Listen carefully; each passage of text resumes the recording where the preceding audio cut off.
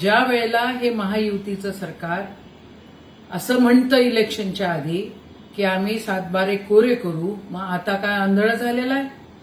ज्या वेळेला हे सरकार म्हणतं की आम्ही सोयाबीनला भाव देऊ, आम्ही कपाशीला भाव देऊ, आम्ही त्या ठिकाणी संत्र्याचं बघू, आम्ही धानाचं बघू, आम्ही कांद्याचं बघू, आज आंधळा झालेला आहे?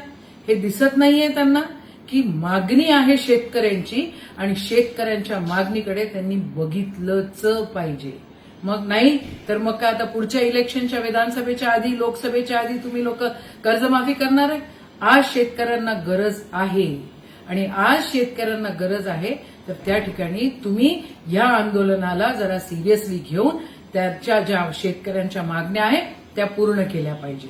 नाही तर मुख्यमंत्र्यांनी, उपमुख्यमंत्र्यांनी राजीनामे दिले पाहिजे. तर हिचंही हे सरकार जे आलेलं आहे हे काय घोळ घालून आलेलं आहे हे सर्वांना माहिती आहे.